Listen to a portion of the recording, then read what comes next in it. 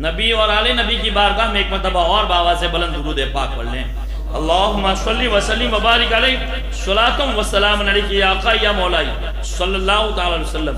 میرے آقا صلی اللہ علیہ وسلم کے غلاموں، میں نے جس آیت پاک کو میں نے آپ کے سامنے تلاوت کرنے کا شرف حاصل کیا، یہ آیت طیبہ ہم گناہگار، سیاہکار، خطاکار، بدکاروں کو رب ذوالجلال کی بارگاہ میں توبہ کرنے کی طرف لے جا رہے ہیں. یا ایھا الذین آمنوا توبوا الی اللہ توبۃ نصوحا، اے ایمان والو توبہ کرو اللہ کی طرف. اللہ اکبر. یہاں ایک بات میں بتانا چاہتا ہوں، اصل توبہ ہمیں ہر گناہوں سے کرنی ہے، ہر چھوٹا ہو یا بڑا، ہر گناہ سے ہمیں توبہ کرنی ہے، ظاہر ہو یا باطنی، ہر گناہ سے ہمیں توبہ کرنی ہے. اپنوں کی تکلیف، اپنوں کو پریشانی، اپنوں کو درد دے کر ہم خوشحالی زندگی کریں اور یہ احساس ہو جائے کہ ہم نے اپنے مومن بھائی کو تکلیف دی ہے، تب بھی ہمیں توبہ کرنی ہے. ہمیں یہ احساس ہو جائے کہ ہماری وجہ سے ماں باپ ناراض ہے، تب بھی ہمیں توبہ کرنی ہے. ہمیں یہ احساس ہو جائے کہ ہمارے بھائی ہم سے ناراض ہے، تب بھی ہمیں توبہ کرنی ہے. یعنی ایک ایسا دروازہ ہے کہ کوئی بھی گناہ کر لو، کیسا بھی گناہ کر لو، چاہے ظاہری ہو یا باطنی، ادنا ہو یا اعلیٰ ہو، چھوٹا ہو یا بڑا ہو، کیسا بھی گناہ ہو، مگر ہمیں توبہ رب کی بارگاہ میں کرنی ہے. رب ذوالجلال کی بارگاہ میں اپنے گناہگار ہاتھوں کو اٹھانا ہے، خالق کائنات کی بارگاہ میں اپنی گناہگار زبان کو کھولنا ہے، اور رب ذوالجلال کی بارگاہ میں جیسے جیسے تم نے گناہ کیے ہیں ایسے ایسے ایک ایک کر کے ان گناہوں کو یاد کر کے خدا کی بارگاہ میں توبہ کرنا ہے. توبہ اتنی عظیم چیز ہے کہ آج ہر کسی کا دروازہ بند ہو سکتا ہے. آج کسی سخاوت والے کے وہاں جاؤ گے نا، اس کی بھی سخاوت ہونے کا ایک دروازہ ہوتا ہے، اس کی بھی ایک لیمٹ ہوتی ہے. مگر میرے رب کا وہ دروازہ ہے نا، کبھی بھی بندہ چاہے کیسا بھی گناہ کر کے جائے، صرف جا کر سچے دل سے توبہ کرے. میرا مالک رؤوف الرحیم، وہ بے شک بڑا کریم ہے.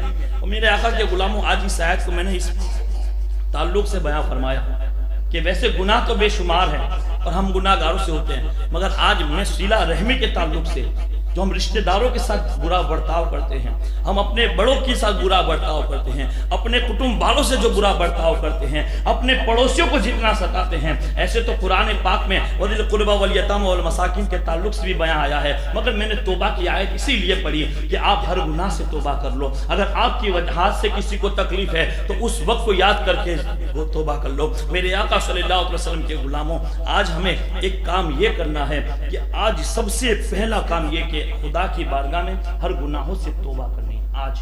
اور جانے کے بعد دوسرا کام یہ کرنا ہے کہ جس کو آپ کی وجہ سے تکلیف ہوئی نا، اس کے پاس جا کے معافی مانگی. اب معافی مانگنے کا ماحول اگر بتایا جائے نا تو جنگ کرنا آسان ہے، جنگ کرنا ہے نا کہ مشکل ہے. جنگ کرنا آسان ہے نا کہ مشکل ہے؟ بولو نا، مشکل ہے نا. پہ تلوار نکالنی پڑے گی، ڈنڈے داریے نکالنے پڑیں گے، کسی کو مارنا پڑے گا.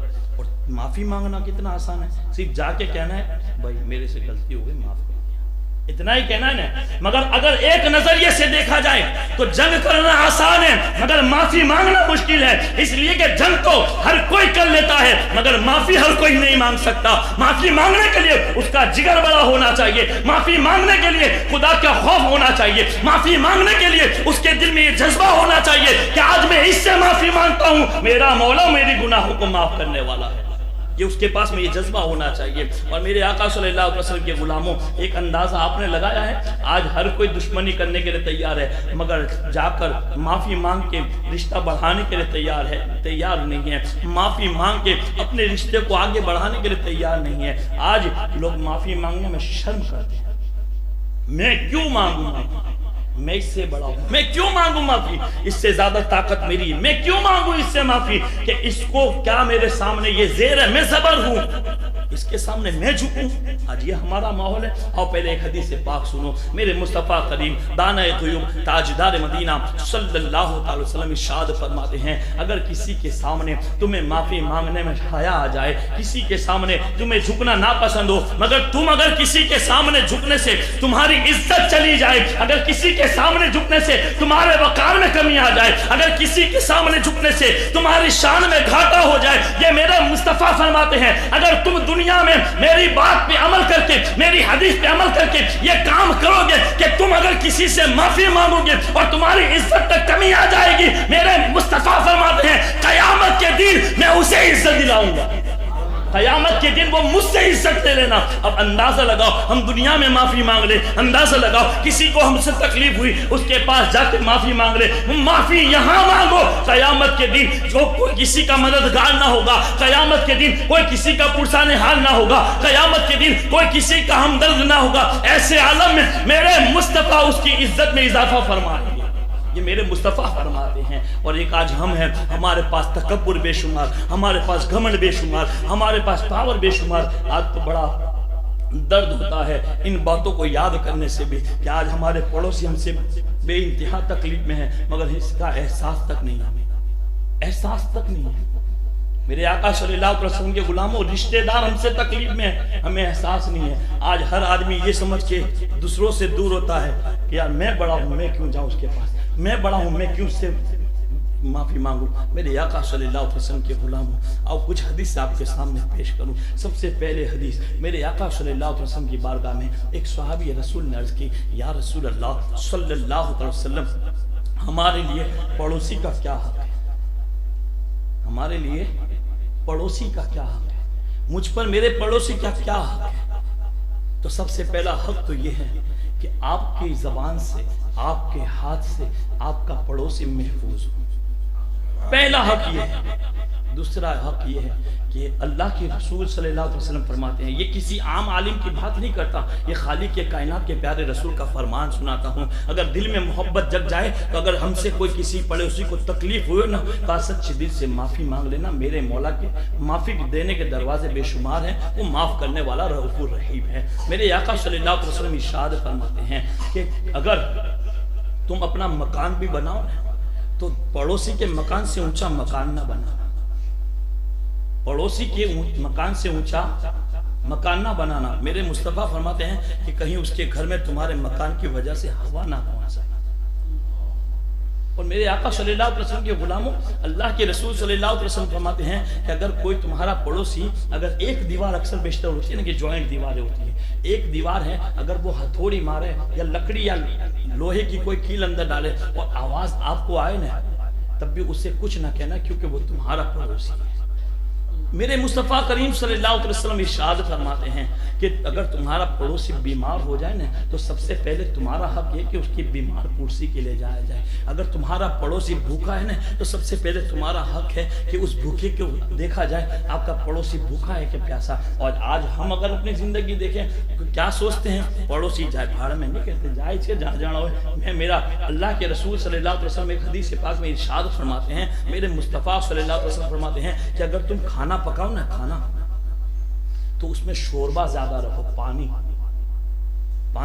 زیادہ رکھو، اس وجہ سے کہ اگر تمہارے کھانے کی خوشبو اگر کسی پڑوسی کے وہاں پہنچی، اگر وہ غریب ہے، اس کے گھر میں اس تعلق سے کھانا نہ بن سکا اور اس کے بچوں نے مانگ لیا تو ماں اور اس کے والد کے اوپر کیا گزرے گی؟ تم پیسے والے ہو، اچھے سے اچھے پکوان، اچھے سے اچھے کھانے کھا سکتے ہو، تم پیسے والے ہو، تمہیں مولا نے مال و زر دیا ہے، تمہیں مولا نے بے حساب دولت دی ہے، اگر تم نے اچھا کھانا کھایا اور تمہارا پڑوسی اس کی خوشبو پا کر نہ کھا سکا اور بھوکا رہا، اس کے دل کو تکلیف ہوئی، تو مولا تمہیں اس کی سزا عطا فرمائے گا، مولا تمہیں اس گناہ کی سزا دے گا۔ اس لیے میرے مصطفیٰ کریم فرماتے ہیں کہ جب تم کھانا پکاؤ نا تو تھوڑا شوربہ زیادہ رکھ لینا تاکہ تمہارے پڑوسی تک وہ سالن پہنچ جائے، اور اگر ایسا نہ ہو سکے نا تو ایسی جگہ پہ جا کے پکانا کہ کہیں اس کی خوشبو اس کے گھر تک نہ پہنچے۔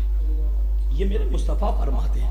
ہمیں آج اپنی زندگی کو دیکھنا اور میری باتوں کو سننا ہے۔ میرے آقا صلی اللہ علیہ وسلم کے غلاموں، پہلے ایک آپ کو مثال دے دوں تو آپ کو میری بات آپ کو سمجھ گئی۔ ایک چڑیا تھی، ایک اس کا گھونسلہ تھا، اور ایک پوپٹ اور کبوتر، ان کا بھی گھونسلہ قریب میں تھا۔ یہ مثال میں پرندوں کے ذریعے دے رہا ہوں، یہ انسانی تعلق ہے سب، مگر مثال پرندوں کی ہے۔ تو روز پوپٹ کے وہاں اور کوے کے وہاں اچھے سے اچھا کھانا آتا، اور بیچاری چڑیا کے وہاں کچھ بھی نہیں۔ تو چڑیا کے بچے کہتی ہے امی جان کچھ کھانے کا مل جائے، دیکھو پڑوس میں یہ بنا ہے۔ تو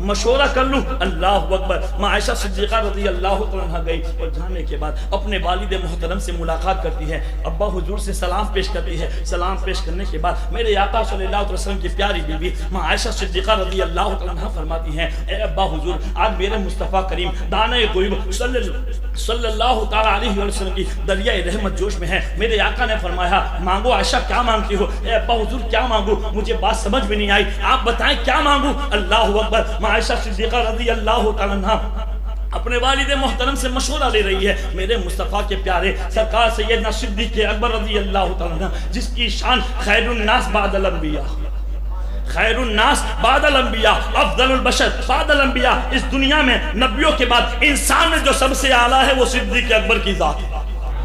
آپ فرماتے ہیں بیٹی عائشہ میرے مصطفیٰ صلی اللہ علیہ وسلم کے دریائے رحمت جوش میں ایک کام کر لوں, جا کے کہنا یا رسول اللہ صلی اللہ علیہ وسلم جب آپ معراج کو گئے تھے, جب آپ معراج کو گئے تھے اور آپ کے اور رب کے درمیان کچھ نہیں تھا, آپ اور آپ کا رب تھا, اس وقت آپ کے اور رب کے باتیں جو ہوئی تھی, گفتگو ہوئی تھی, ان میں سے ایک بات بتا دے, ایک بات. اچھا بتاؤ میرے آقا کے غلاموں سرکار سیدنا صدیق اکبر نے کیا منگوایا؟ علم مانگا.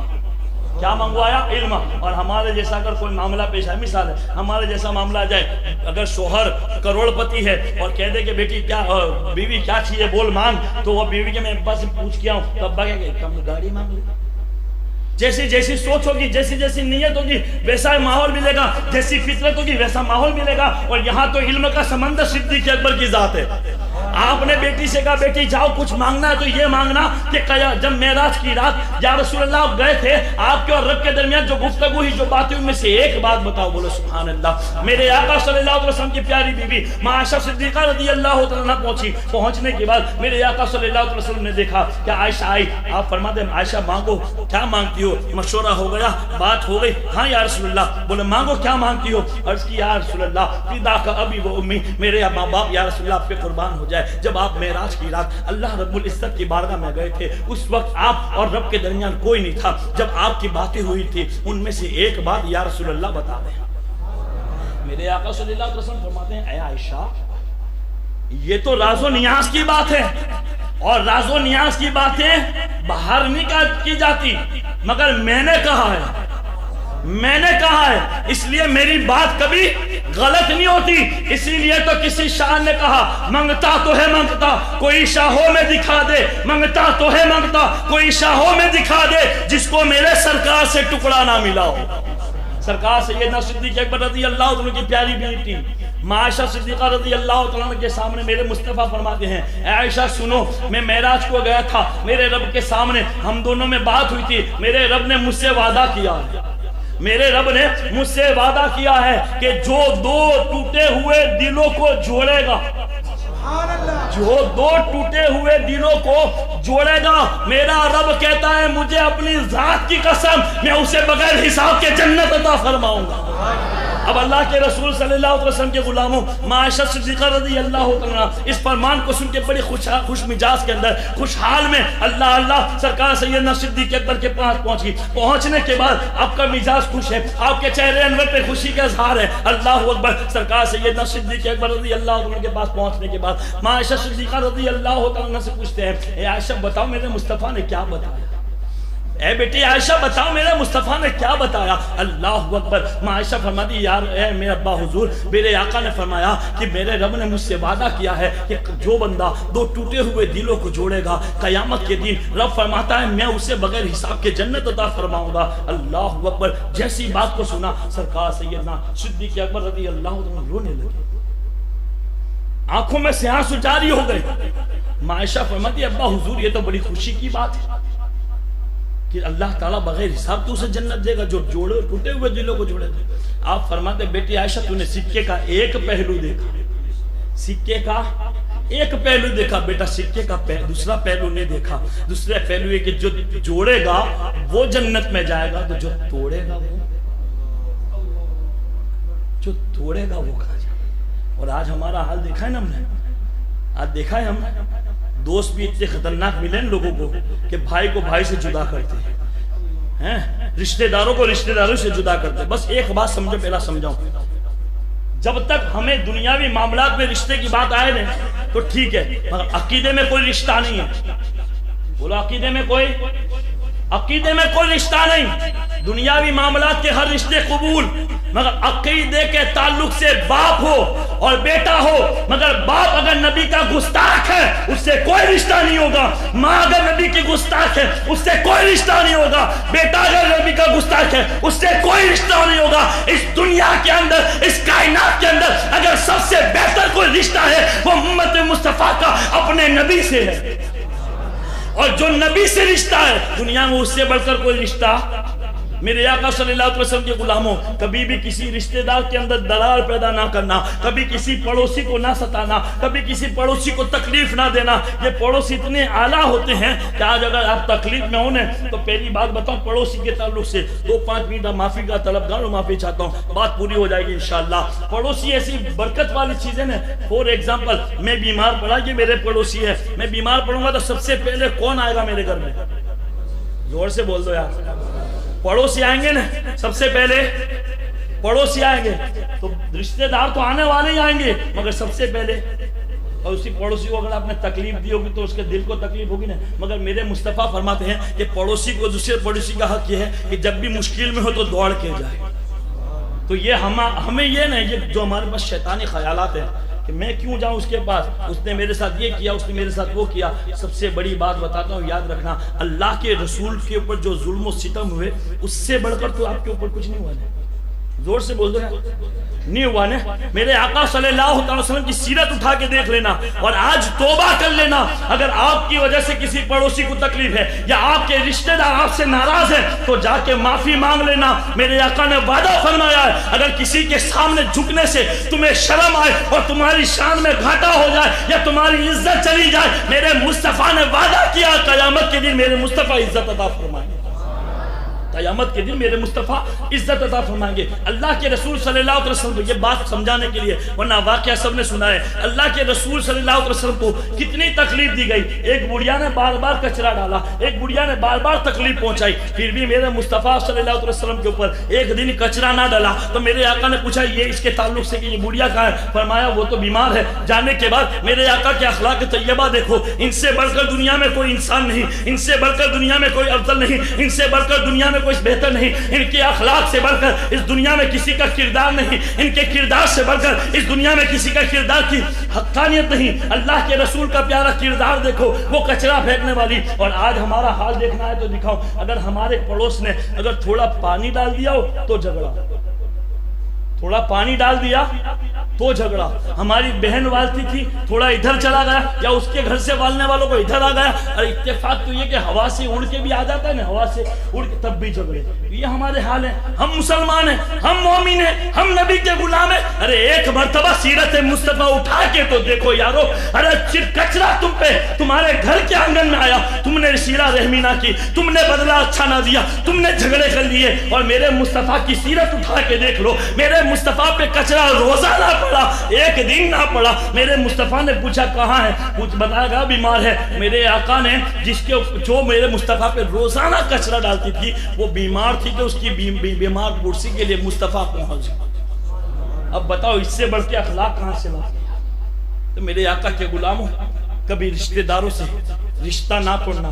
یاد رکھنا، دوست ہم نے یہاں بنائے، دوست ہم نے بنائے، مگر ماموں، خالہ، بھائی، چچا، ماں، باپ، یہ رشتے رب نے بنائے. کس نے بنائے؟ اچھا آپ نے بنائے. ہر کسی کو ماموں بنا لو گے؟ چلتے کو چاچا بنا لو گے؟ چلتے کو بابا بنا لو گے؟ چلتے کو ماں بناؤ گے؟ بناؤ گے نہیں بناؤ گے نا. یہ رشتے میرے رب نے بنائے. بولو سبحان. تو جو رب نے بنائے نا ان کو کبھی نہ توڑو، ان سے رشتہ رکھو، ان سے دوری اختیار نہ کرو. ہر دکھ میں، ہر سکھ میں، ہر تکلیف میں سب سے پہلے اگر کوئی آئے گا نا وہ تمہارے رشتہ دار آئیں گے. ایک ایگزامپل دے دو، باقی میری بات کو انشاءاللہ پوری کرتا ہوں. ایک ایگزامپل سمجھو کہ میں ہوں، میرا جھگڑا کسی سے ہو رہا ہے، اور ایک بندہ وہ جس سے اچھا رشتہ ہے، اور ایک وہ جو میرے کٹمب، میرا خون کا رشتہ ہے، قبیلے کا. میرا کسی سے جھگڑا ہوا تو پہلے کون؟ بولو زور سے. پہلے رشتہ دار آئیں گے نا. کیوں آئے گا بھائی؟